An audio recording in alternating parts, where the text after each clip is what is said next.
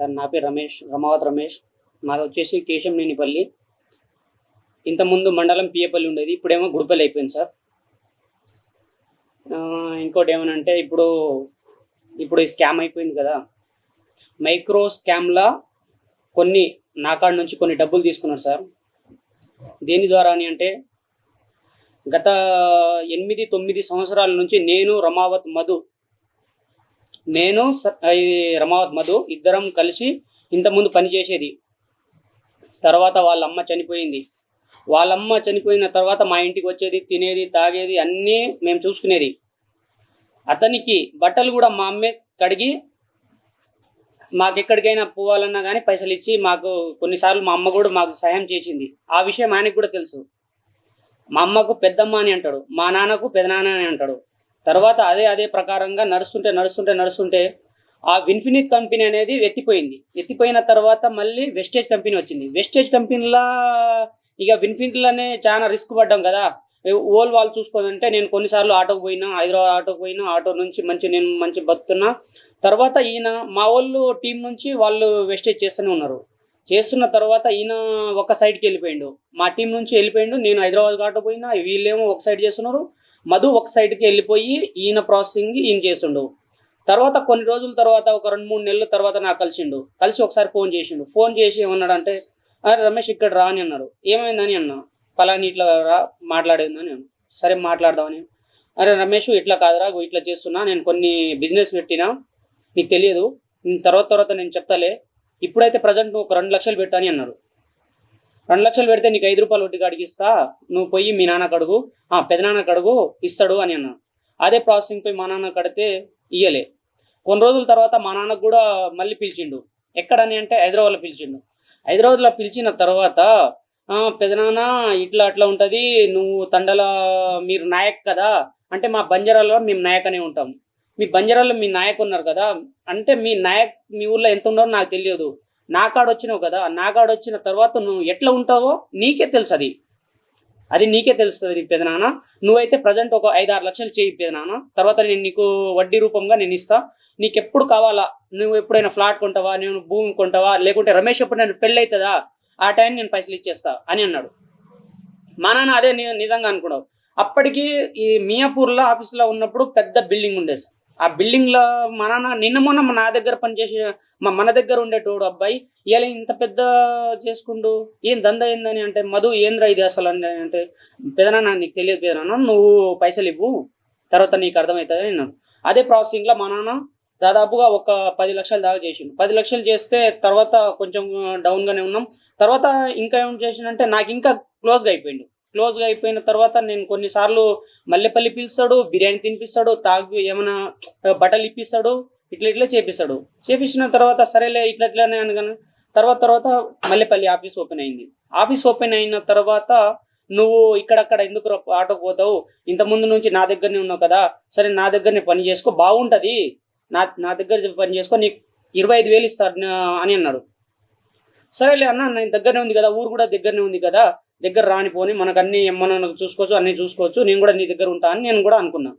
తర్వాత ఇట్లా అయిన తర్వాత కొన్నిసార్లు ఇదేంటి అసలు ఏంటి అని నేను ఇంకా డీప్గా అడిగితే, నీకెందుకు అవసరమా, నీకు అవసరం లేదు, నీకు కొన్ని నేను చెప్తా, తర్వాత చెప్తా అని అన్నాడు. తర్వాత చెప్తే కొన్నిసార్లు ఈ శివ అన్న వచ్చిండు, ఎవరు మంగ్లీ వాళ్ళ తమ్ముడు వచ్చిన తర్వాత ఒకసారి నాకు డౌట్ వచ్చింది, ఏందబ్బా ఈయన ఇక్కడ ఎందుకు వచ్చిండు అనేసరికి నేను మధుకు పోయి మళ్ళీ అడిగిన, ఏం మధు ఇట్లా వచ్చిండని అంటే, కొన్ని డీలింగ్ ఉంటాయి రా, వస్తూనే ఉంటాయి పోతూనే ఉంటాయి, నువ్వు అట్లా లైట్ తీసుకోవాలి, నీవు క్యాషియర్ కదా, నీకు అంతా అర్థమైతేనే ఉంటుంది, నువ్వు నీ పని నువ్వు చూసుకోని అన్నాడు.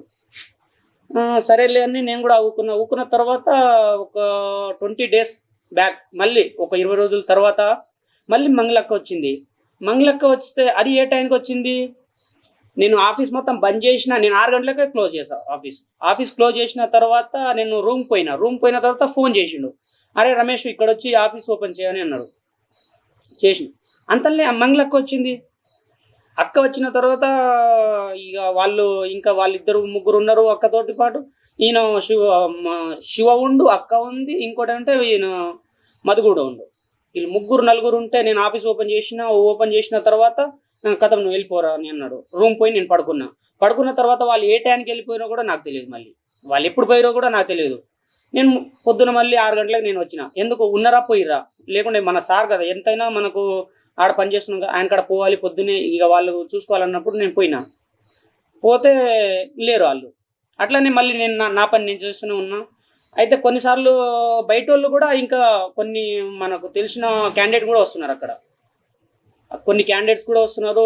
ఏందబ్బా ఇది ఇన్ని రోజులు ఏం చేస్తున్నాయి ఏందనేది కొన్ని నేను కూడా నమ్మిన తర్వాత కొన్నిసార్లు ఇంకోసారి కూడా మంగళకు వచ్చింది. 2 టైం మంగళకు వచ్చింది. ఇంకో టైం ఏంటంటే ఇంటికాడ వచ్చింది.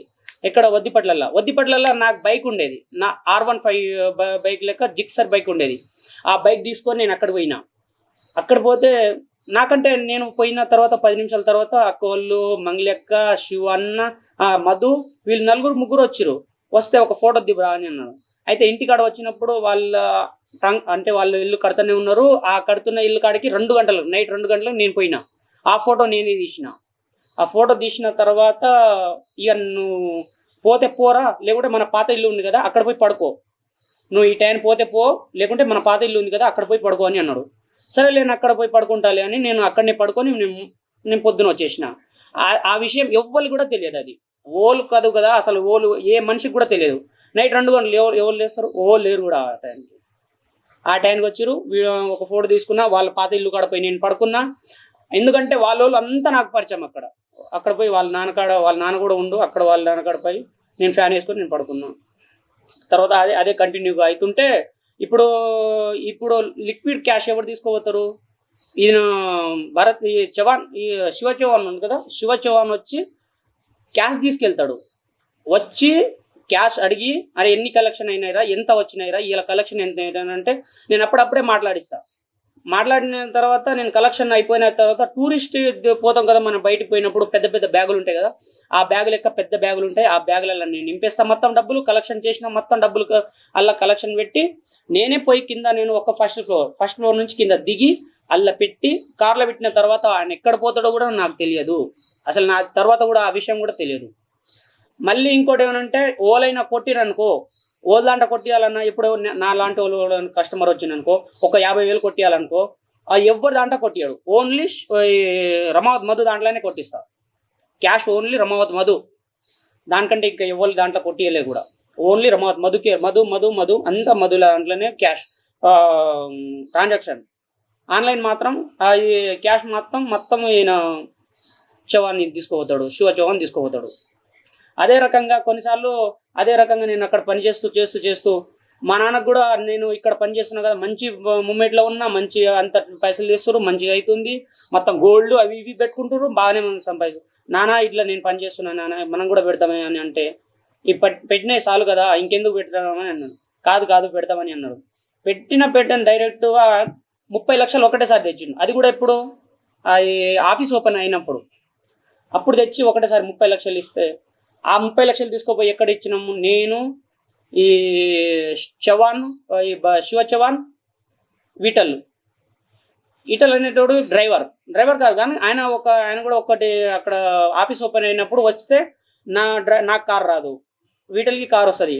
ఈయన ఈ చౌహాన్ ఏమో ముందర కూర్చుని నేను వెనక కూర్చున్నా. అదే రకంగా తీసుకోపోయి ఎక్కడని అంటే మనకు ఈ కోకాపేట ఉంది కదా, కోకాపేట సర్వీస్ రోడ్లో బండి పెట్టిన తర్వాత 10 నిమిషాలు కూర్చొని రా అని అన్నాడు.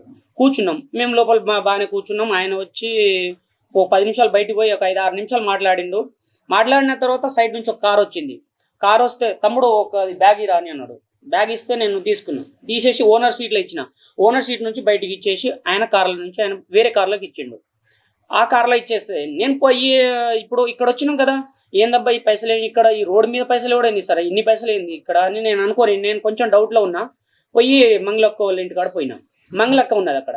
మంగళక్క ఉంటే అక్కడ పోయి నేను ఫోటో దిగుదామని మంగళక్కతో ఇంకోసారి ఇక్కడ వచ్చినా నా ప్రూఫ్ చూసుకోవాలని నేను అక్కడ పోయి నేను ఒక ఫోటో దిగుదాని అంటే, లేదే బాబు ఇక్కడ దిగొద్దు రమేష్, అట్లా వద్దు, మనతోటి ఇట్లా ఫోటో దిగొద్దు, అర్థమవుతుందా? ఇట్లా మనం ఎవడైనా ప్రోగ్రామ్ వచ్చినప్పుడు ఫోటో దిగాలి, ఇట్లా ఇంటికాడ దిగొద్దు, అన్నీ ఉంటాయి, కెమెరాలు ఉంటాయి, ఇంకా ఏమైనా ఫోటోలు ఇంకేమైనా ఉంటాయి, అట్లా దిగొద్దు. సరే నేను ఒక శివన్నతో నేను దిగుతా, వచ్చిన ఇక్కడ మధుకు కూడా చూపెట్టుకోవాలి కదా, ప్రూఫ్ చూపించుకోవాలని నేను ఒక శివ చౌహాన్తో ఒక ఫోటో దిగిన అంతే. దిగిన తర్వాత మళ్ళీ నేను రిటర్న్ వచ్చేసిన. అదే అదే రకంగా మా నడుస్తుంది. మాకు లాస్ట్‌కు ఒకటేసారి మేము 30 లక్షలు నెట్ క్యాష్ ఇచ్చేసిన. ఆ ప్రూఫ్ కూడా మాకాడ అన్నీ ఉన్నాయి. మా వోళ్ళ దగ్గర. ఇంకోటి ఏమనంటే నాకాడ నా ఫోన్‌లో కూడా ఉన్నాయి. నా ఫోన్‌లో ఏమనంటే మా అక్క మా అక్క. ఆమెది ఈ బుట్టల కమ్మలు ఇవి మేము అవి సొమ్ములు మొత్తం పెట్టేసి ఎస్‌బీఐ బ్యాంకుల నుంచి తెచ్చిన. ఇంకో నెల అయితే అది కూడా క్లోజ్ అయితది. ఈ రోజు డేట్‌తోని ఇంకో నెలనో ఇంకో 2 నెలలు అయితే అది కూడా క్లోజ్ అయితది. క్లోజ్ అయిన తర్వాత మాకు నోటీస్ వస్తది సార్. నోటీస్ వచ్చిన తర్వాత వాళ్ళకు కూడా మేము డబ్బులు కట్టాలి. బ్యాంక్ నుంచి అది తీసుకొని రావాలి సార్. అదే రకంగా ఉన్నా సార్. దయచేసి నాకు అక్క కాడ నుంచి మాకు డబ్బులు ఇప్పించేటట్టు మాకు చూడండి దయచేసి. అందరికీ చెప్తున్నా. సార్ నేను మధు ఆఫీస్‌లో పనిచేసిన నేనే సార్. ఇంకోటి ఏంటంటే సార్ కొన్నిసార్లు నేను ఇవి ట్రాన్సాక్షన్ వచ్చినాయి, పోయినాయి, మంగళక్క వచ్చింది, పోయినాయి అన్నీ నేనే నా నుంచి అవుతున్నాయి కదా సార్. ఒకసారి ఇట్లనే ఇవి గడబడ అయితే ఒక్కొక్కతనకు నేను కొన్ని డబ్బులు కొంచెం తక్కువ చేసుకోరా అని అన్నా. ఆ ప్రకారంగా అంటే అది కూడా ఫ్రెండే కదా, వాళ్ళు కూడా పిల్లలు ఉన్నారు, అరే కొంచెం డబ్బులు తక్కువ చేసుకో వద్దని అంటే ఆయన నా మాట వినకుండా డైరెక్ట్ మధుకు పోయి ఏమన్నాడంటే, అరే మధు మీ అబ్బాయి ఏమో అట్లా అంటుండో అని అన్నప్పుడు సార్ నేనేమనలేదు సార్, కొంచెం నేను అట్లా అన్నా సార్ అని నేను అన్నా మధుకన్నా.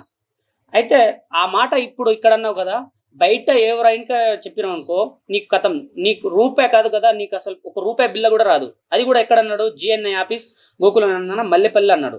ఆ మల్లెపల్లి ఆఫీస్లో అంటే సార్ నేను ఇంకోసారి నేను ఇట్లా చెప్పను సరేనా, ఇంకోసారి చెప్పను కూడా, ఇంకోసారి చెప్పినావు అనుకో ఈ మొత్తం నీకు ఒక రూపాయి కూడా రావు, నేను ఎవరు వచ్చినా ఓళ్ళు చేసినా ఏం చేసినా నీకు చంపేస్తా అని అన్నాడు. డైరెక్టర్ నాకు చంపేస్తా అని అన్నాడు. ఓడు రమావత్ మధు నాకు ఆ రూమ్లో తీసుకుపోయి నాకు ఒకసారి వార్నింగ్ ఇచ్చిండు. ఎందుకంటే ఈ రకంగా నేను చెప్పిన కదా, వేరే వాళ్ళు కర్నూలులో ఉన్నారు కదా, వాళ్ళకు మా టీం కదా, ఒకటే టీం కదా, ఆ టీం వాళ్ళకు నువ్వు చెప్పినావు అనుకో నీకు బాగుండదు. ఇంకోటి ఏమంటే మనం సాగర్ పోయినాం కదా సార్, సాగర్ పోతే మనం 1 గంటలకు ఎవడన్నా తీసుకోతారా సార్? సాగర్ మనం చూద్దామని సాగర్ తీసుకోపోయిండు. సాగర్ తీసుకోపోతే అక్కడ చేపలు ఫ్రై చేయించి నాకు ఒక థమ్స్అప్ ఇప్పించిన తర్వాత గంటలు మాట్లాడు, 2 గంటల దాకా మాట్లాడు. 1:30కు పోతే 2:30 గంటల దాకా అక్కడనే మాట్లాడాను. అన్న నిద్ర వస్తుంది పోదామే అని అంటే కానీ అక్కడనే ఆ ఫోన్లో మాట్లాడు. ఎవరని అంటే మంగళక్క. 2 నిమిషాలు అల్లా ఆ నెంబర్ ఉన్నది, మంగళక్క నెంబర్ లేదు, మధు నెంబర్ ఉంది, ఇక్కడ నుంచి పోయిన నెంబర్ ఉంది. అక్కడ ఏ సిమ్తో వాడుతున్నానో నాకు తెలియదు, ఇక్కడ నుంచి పోయిన సిమ్ నెంబర్ నా అక్కడ ఉంది.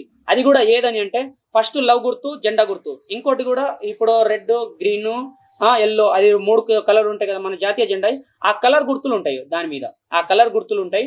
ఆ మంగళక్కలతోని దాదాపుగా 2:30 గంటలు ఆ ఏసీ ఆన్ చేసుకున్న నీళ్లు దాదాపుగా 2-3 ఫీట్లు పోయినాయి. ఒక 10-15 ఒక 5-6 ఫీట్లు దాకా పోయినాయి నీళ్లు కిందనే. అవి కింద చుక్క పడతాయి కదా, దాదాపు ఒక 5-6 ఫీట్లు పోయినాయి. అప్పుడు దాకా కూడా ఆయన మాట్లాడుతూ రిస్క్ వచ్చింది. ఆ తర్వాత పోదామన్నా అని అంటే పొద్దున్న ఆఫీస్ తీసేదన్నా అని అంటే అప్పుడు పోయినాం సార్. దయచేసి మధు అనేటోడు నాకు ఇంత ముందు నాకు చాలా సార్లు నా భయపెట్టించిండు.